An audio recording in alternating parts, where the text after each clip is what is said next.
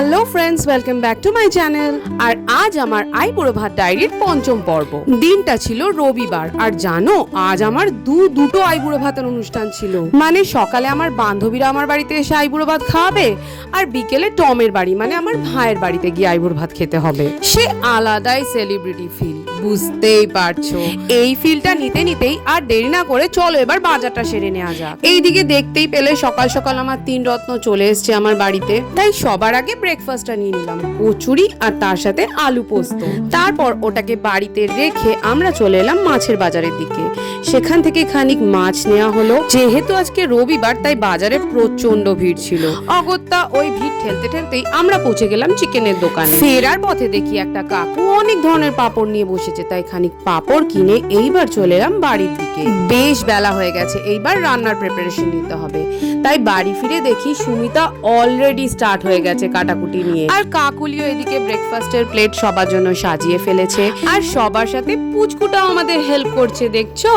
আর এই দেখো মা এখানে মাছের মাথা দিয়ে মুগের ডাল রেডি করে ফেলেছে। চলো তাহলে এবার সবাই একসাথে বসে ব্রেকফাস্টটা কমপ্লিট করে নি। টম এন্ড জেরি দেখতে দেখতে অনেক দিন পর টম এন্ড জেরি দেখছি। আর ব্রেকফাস্টে তো তোমাদের বললামই, রয়েছে আলু পোস্ত, রয়েছে কচুরি, জিলিপি, আর আমার জন্য স্পেশালি মাছের মাথা ভাজা। তারপর আর কি, এইবার চলে এসেছেন আমাদের থার্ড মেম্বার মানে দীপমালা। আগে কাকুলি আর সুমিতা চলে এসেছিল, দীপমালা আসতে একটু লেট হলো। এইদিকে এবার জোর কদমে সবাই মিলে রান্নার প্রস্তুতিতে লেগে পড়েছে। সেই ফাঁকে আমি লেগে পড়লাম আমার কাজে, মানে মেমোরি কালেক্ট করতে। এইদিকে পুচকুটা তো বসে বসে বোর হচ্ছিল, কত আর টিভি দেখবে, তাই ওকে পাঠিয়ে দিলাম পাশের বাড়িতে আমাদের বাচ্চা পার্টির সঙ্গে।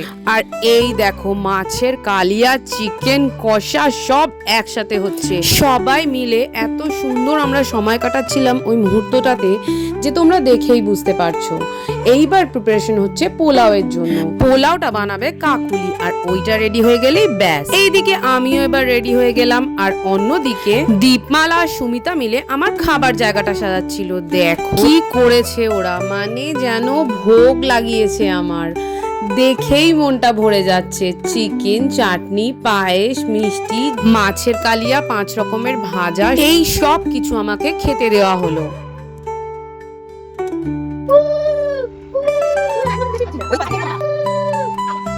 আর তারপর সবার আগে আমার মা আশীর্বাদ করলো, আর তারপরে ওরা সবাই মিলে আমাকে আশীর্বাদ দিল। আমার নতুন জীবনের পথে এগিয়ে চলার অনেক অনেক পজিটিভ মন্ত্র, আর তার সাথে দিল অনেক অনেক ভালোবাসা।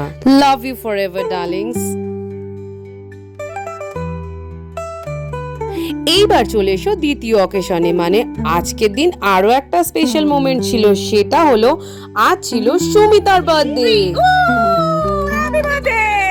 তাই সুমিতার বার্থডে কেকটা এখানেই কাটা হলো একসাথে, মানে একসাথে দুটো খুশি, কি বলবো। আর এইবার চলো কেকটা কেটে নেওয়া যাক। Happy birthday dear Shumita, happy birthday to you.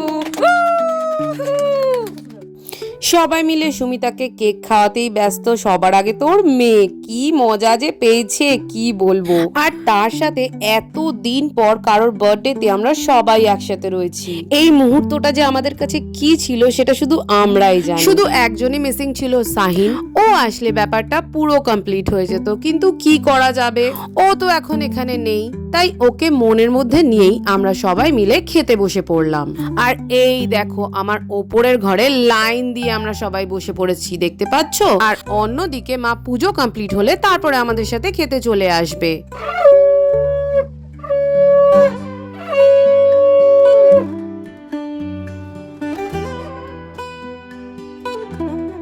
তাহলে চলো আর দেরি না করে এবার খাবারে হামলে পড়া যাক।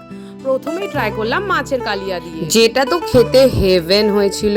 উফ, আর তার সাথে লেজাটা দেখছো কত বড়, আমার ফেভারিট হচ্ছে লেজা। সব কটা খাবারই অসাধারণ হয়েছিল। চিকেন কষাটা তো মারাত্মক হয়েছিল, দারুণ।